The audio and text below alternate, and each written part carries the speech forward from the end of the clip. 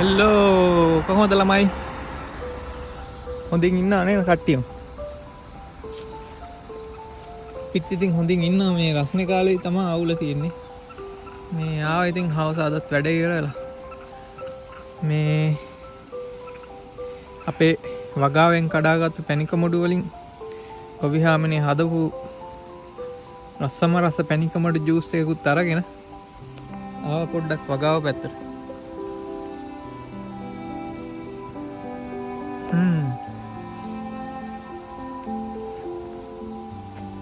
මේ රස්නේ කාලේ ඉතින් පංකාදු 5යි.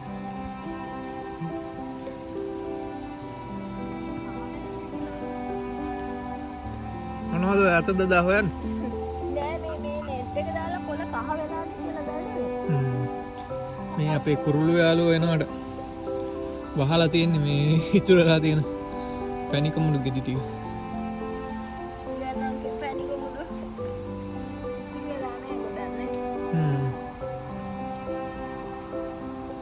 මේ වෙලේ නම් කාලේ හරිද?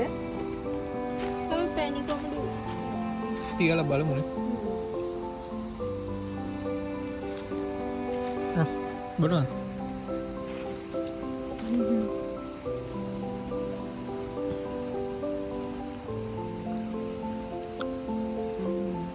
රස්නේ කාලට වටිනවනේ පැණිකමුඩු.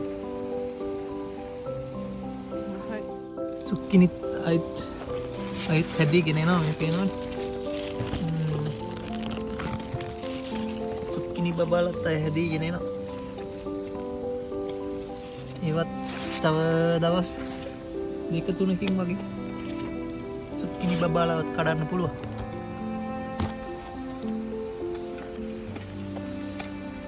ඔබිහාමිනේ බරටම වැඩ පේනවා නේද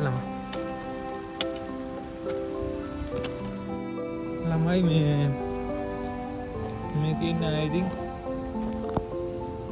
අපිට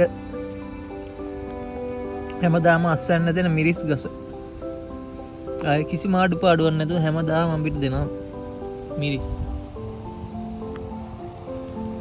මේ පේනවනේ.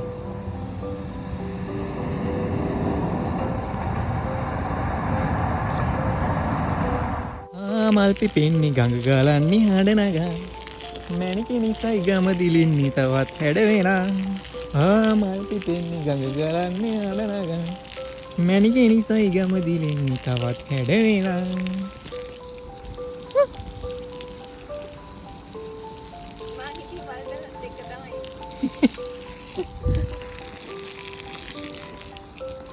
ගොවිහාමිනේ ඉතින් තනකොළ ගලවගෙන යන්නේ අද.